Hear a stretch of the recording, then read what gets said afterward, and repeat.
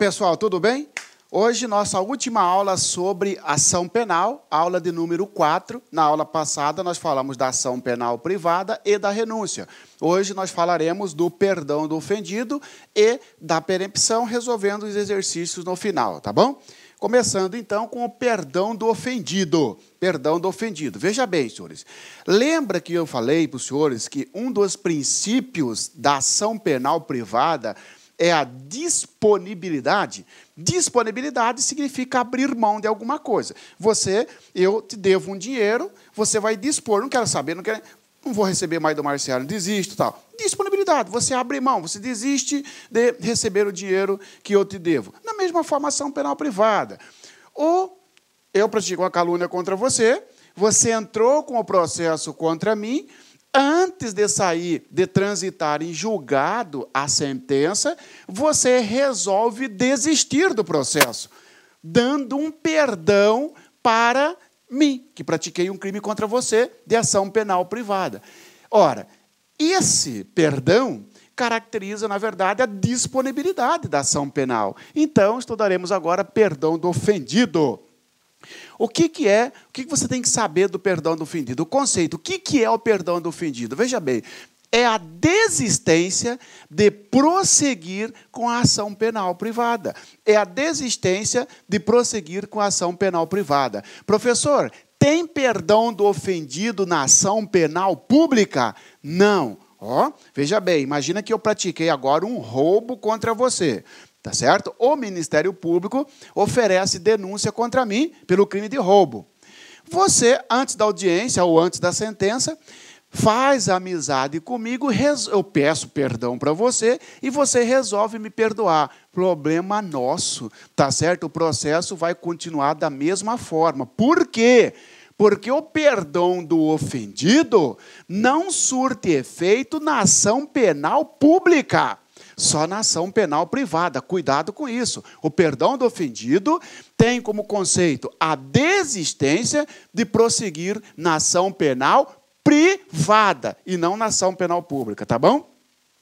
Prazo para perdoar. Professor, eu já sei que o perdão do ofendido é a desistência de prosseguir na ação penal privada e não tem perdão do ofendido, não gera efeito. Você pode até perdoar, mas não vai ter efeito nenhum quando em crime de ação penal pública. Perfeito. Tem um prazo para perdoar? Por exemplo, eu pratiquei uma calúnia contra você, você está me processando. Até quando você pode me perdoar? Até quando você pode desistir, então? Até o trânsito em julgado da sentença condenatória. Até o trânsito em julgado da sentença condenatória. Cuidado, porque a prova vai dizer para você que é até o recebimento da denúncia, até a citação, até a audiência. Senhores, até o trânsito em julgado da sentença condenatória. Por exemplo, pratiquei um crime de calúnia contra você, você está me processando, saiu a sentença me condenando, eu recorri. Enquanto estiver em recurso, não transitou em julgado. Enquanto não transitar em julgado, pode ocorrer o perdão do ofendido. Transitou em julgado, não pode mais ter perdão do ofendido, claro, porque aí o Estado vai executar a pena. Então, cuidado, prazo até o trânsito em julgado da sentença condenatória. Perdão expresso, classificação do perdão. Nós temos perdão expresso e perdão tácito.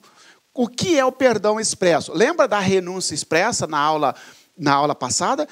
Lembra?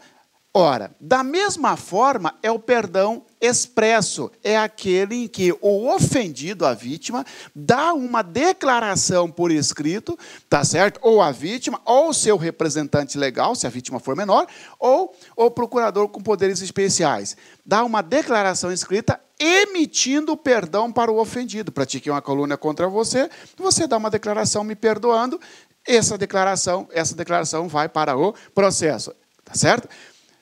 O perdão tácito é uma conduta incompatível por parte da vítima, do querelante, que vítima é o querelante, por parte da vítima, é uma conduta incompatível com o interesse em continuar com a ação.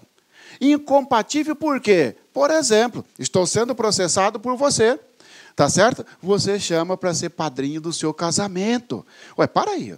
Como é que pode? Nós estamos brigando judicialmente, porque você quer uma condenação, e ao mesmo tempo você me chama para ser o seu padrinho de casamento, padrinho do seu filho, etc. Ora, esta conduta sua demonstra que você está me perdoando. Este é o perdão tácito, se prova por qualquer meios disponíveis, tá bom?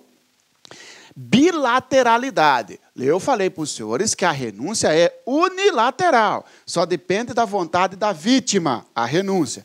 O perdão é bilateral. Bilateral porque depende da vontade dos dois lados. Olha aqui, num processo, nós temos, num processo de ação penal privada, nós temos o querelante, o QTE, querelante, nós temos do outro lado o réu, que é o querelado, e o juiz aqui.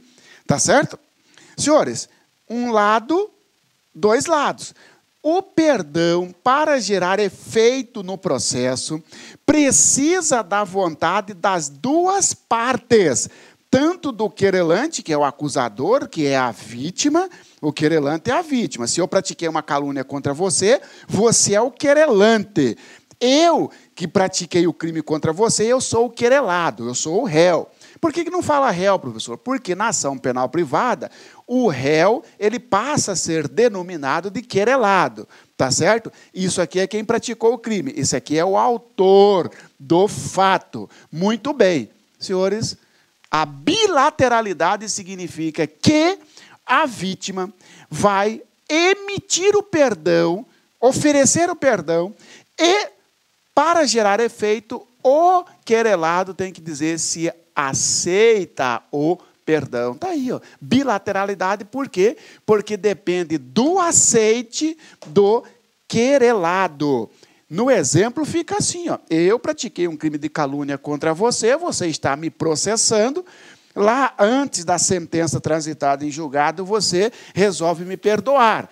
Junta no processo uma declaração ofertando perdão. O juiz vai me intimar para dizer se eu aceito ou não o perdão, tá certo? Qual é o prazo para a outra parte dizer que aceita ou não o perdão? 3 dias. 3 dias, tá certo? Você juntou no processo uma declaração, seu advogado colocou lá, venho por meio deste perdoar o Marciano Xavier. O juiz vai dizer, intime-se o querelado, intime-se o réu, intime-se o Marciano, para dizer se aceita ou não o perdão.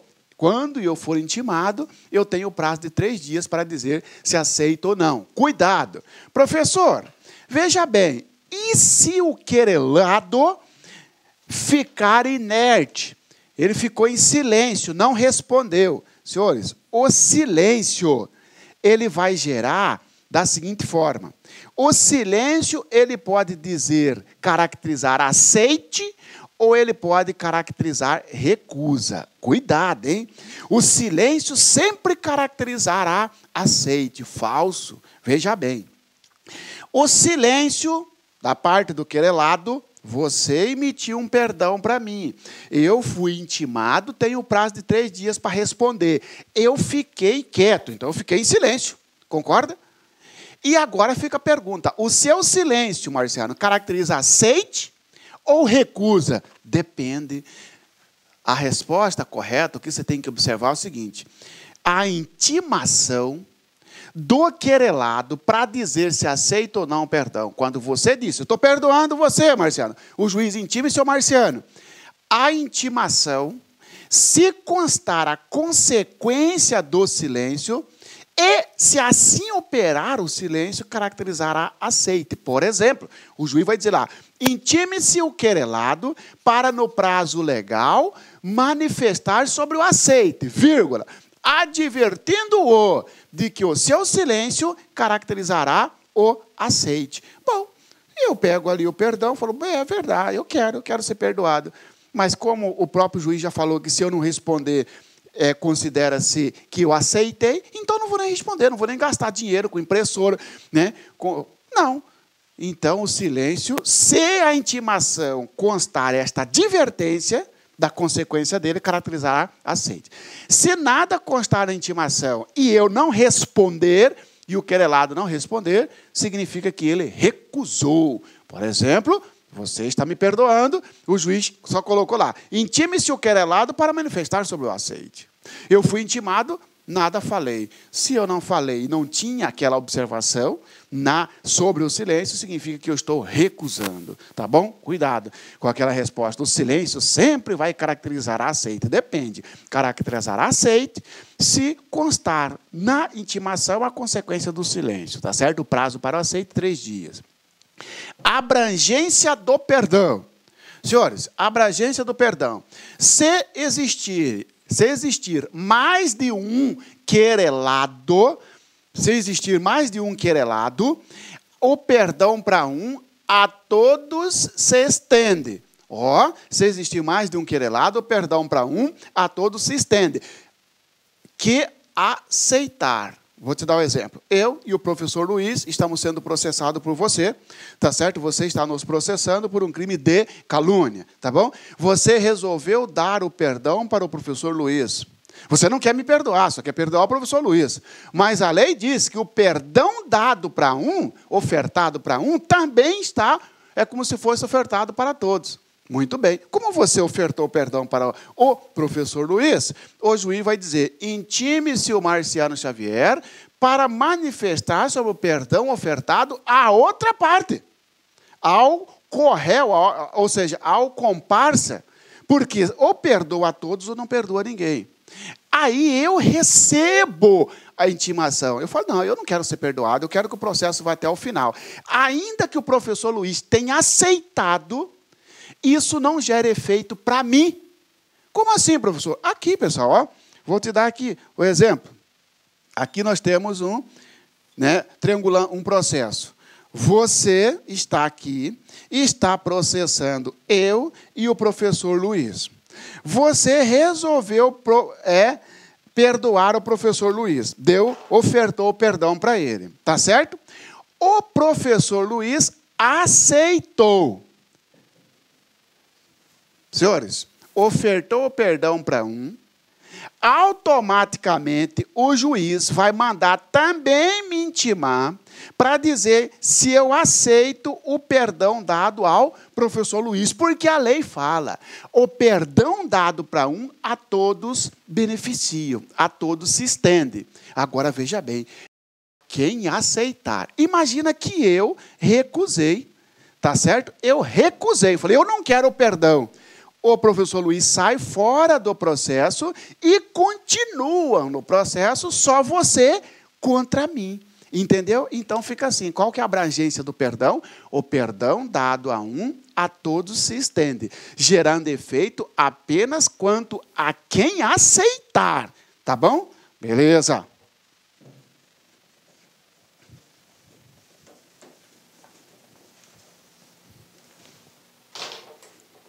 Falamos da abrangência, então? Perempção. Já aqui morreu esse tópico nosso de perdão. Próximo tópico, perempção. Perempção é um instituto também que só ocorre na ação penal privada. E mais, na ação penal privada exclusiva ou personalíssima, né? Na ação penal privada subsidiária da pública não tem perempção. O que é perempção, senhores? Perempção é o conceito aqui, ó. É a perda do direito de prosseguir. Olá, meus amigos, minhas amigas. E aí, gostou da aula do professor? Professor top de linha. Quer continuar assistindo essa videoaula? Aliás, venha assistir todas as nossas aulas do nosso super curso do LAC Concurso pro TJ Paraná 2017. Meus amigos e minhas amigas, nós preparamos um curso aí para vocês com o nosso personal coach, que é a nossa proposta pedagógica super diferenciada, que é focada em resultados. Papo reto com vocês. Aqui no LAC Concursos, você estuda em regime de metas. Todos os dias você vai ter uma meta de estudos. E papo reto com você, cara, ó, quero olhar nos seus olhos, cara, é o seguinte, ó, se você cumprir todas as nossas metas, assistir as nossas videoaulas, seguir as orientações pedagógicas, pode ter absoluta certeza que você vai ficar muito competitivo no concurso do TJ Paraná. E o nosso curso tem o melhor preço, o melhor custo-benefício do mercado, são apenas 10 mensalidades de R$ 25,00 e você terá aí centenas e centenas de videoaulas à sua disposição. Tá certo, meus amigos? Um forte abraço, fique com Deus aí e espero vocês aqui no like. Ah, já esquecendo, você quer o material de apoio dessa videoaula? Então, clique lá no nosso site, laconcurso.com.br, e menu Documentos, e você pode fazer o download gratuitamente dessa videoaula. Forte abraço, fique com Deus. Fui. Tchau, tchau.